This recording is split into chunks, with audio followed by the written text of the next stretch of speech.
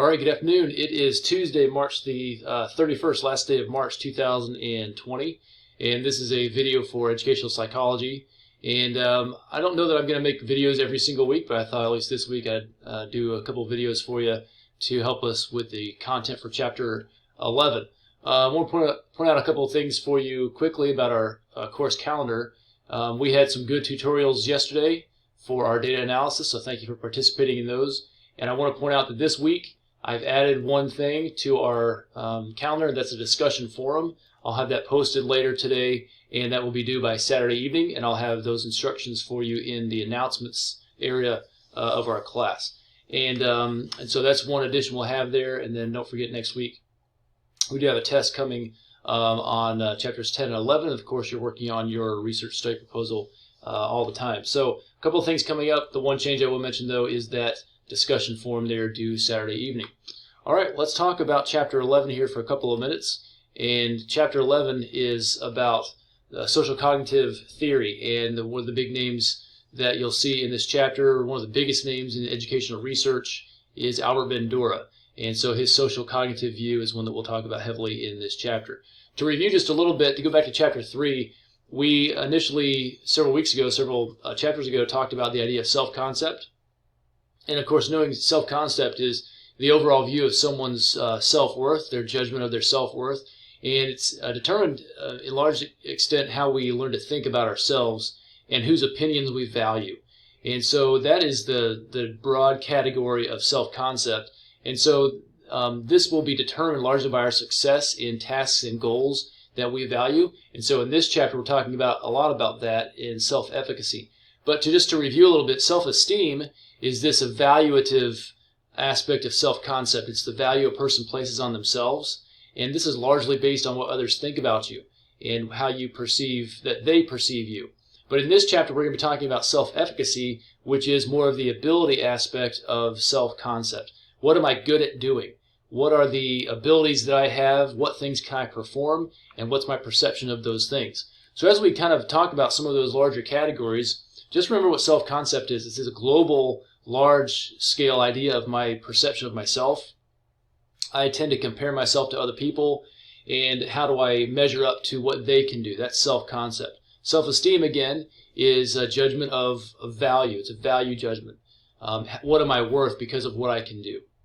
And so when it comes to self-esteem, you may be yourself someone who is low in self-efficacy or the ability to do something, and yet you don't have low self-esteem for that. For example, I'm not very good at video games. I didn't grow up playing a whole lot of them. I played like Atari and Pong and stuff like that, but it doesn't bother me that I'm not good at video games. I have low self-efficacy for them. I realize I'm not good at them, but my self-esteem isn't hurt by that. It doesn't bother me.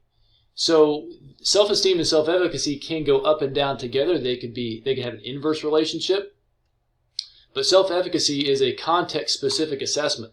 I may be good at basketball, but I'm not good at playing a musical instrument. So it's context-specific and the ability to perform a specific task and how I view my ability to do those things. And so this varies depending on the subject or the task that we're talking about. I might have very high self-efficacy for reading, but I may have low self-efficacy for writing. I may not see myself as a really good writer, even though I do like to read. So those things are related, but they are different constructs.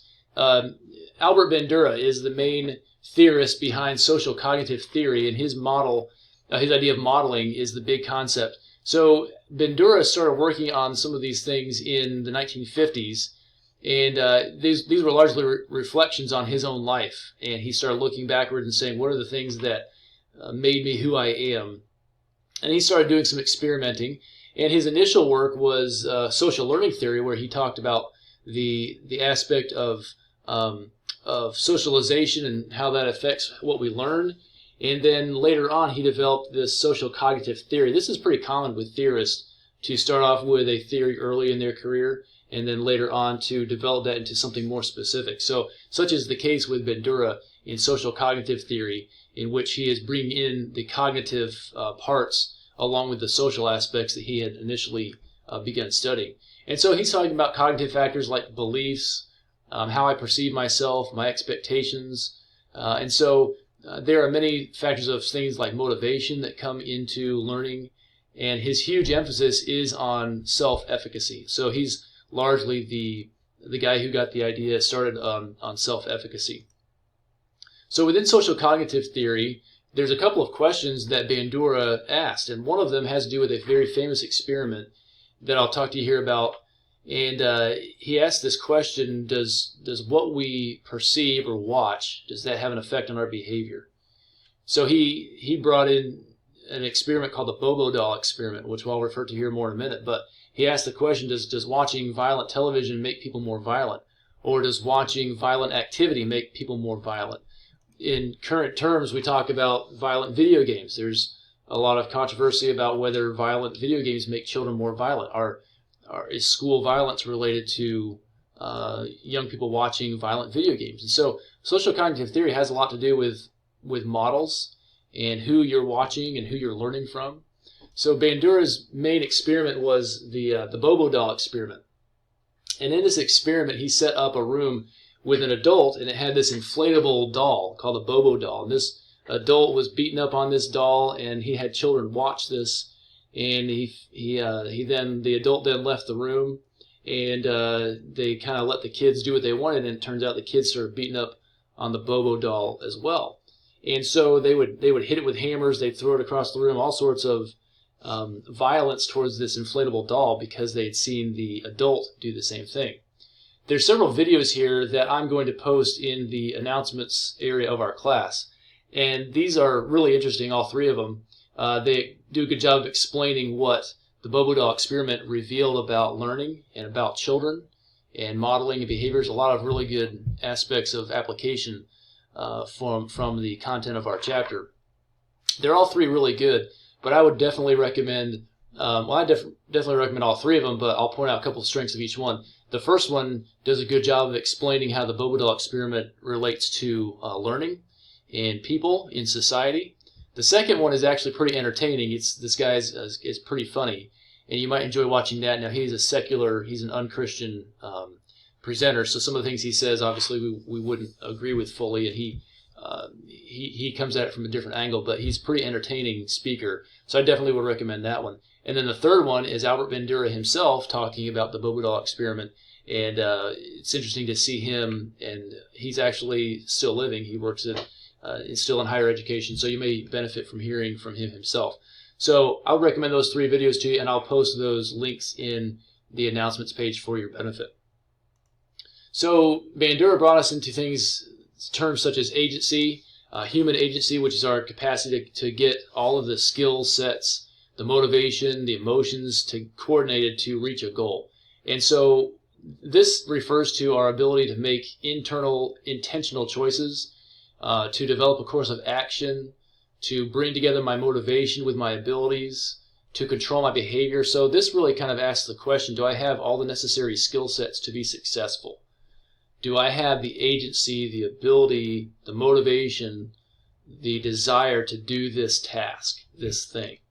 Self-efficacy brings into the equation another set of competence things. Do I have the ability to actually perform this thing? So do I believe that I have the competence in this area to perform this task? And so self-efficacy is essential for student outcomes in many different content areas and grade levels. And so this is why it's a huge focus in education, because we don't want students to be spoon-fed all their lives. We want them to develop a sense of self-directed learning, and at some point they must do their own learning. And so this self-efficacy really asks the question, do I honestly believe I can overcome obstacles and be successful? We want children to be overcomers and to be driven to perform and to succeed. And the more self-efficacy someone has, the greater the effort they'll put out, the greater persistence, the greater resilience they'll have, and then the more they will learn. And so self-efficacy is a big aspect of education. One illustration that I offer when I talk about this is if we had a classroom full of students and I gave someone a Nerf dart gun, and I asked them, okay, you're going to shoot this target from from 10 feet away, and then from 20 feet away, and then maybe from 50 feet away. So before the student has a chance to actually shoot the Nerf gun, I might ask them to rate their confidence on it, ask them if they've ever done something similar to this before, throwing a football maybe, or playing darts. I would ask the rest of the class to consider how confident they would be at shooting the Nerf gun. And then we'd walk through a couple of different scenarios, shooting the gun from short distance, medium distance, long distance, and then afterwards reassess some of that confidence. And so we would ask the class about their sense of efficacy, if it changed as a result of maybe watching their peers or being the one shooting the actual Nerf gun. And so there's lots of discussion we could have there, but I'll point out a couple of things that all self-efficacy really gets to. It's these four main points of self-efficacy. One is mastery experiences. And this has to do with if I have previous experience, if I have ability that I can attribute my success to. It's not luck. I've worked hard at it. I have experience. I've practiced this. And this is sometimes why rewards can be damaging. If we give people rewards for things they are already good at and they've worked hard at, we can actually damage their motivation. So mastery experiences is usually the most powerful source of efficacy. What have I done to get good at this? Vicarious experiences have to do with how I'm watching someone else. This is the modeling idea. And those vicarious experiences are watching others complete a task. I may watch someone else shoot a Nerf gun and have a higher or lower view of my self-efficacy for that task based on how they did.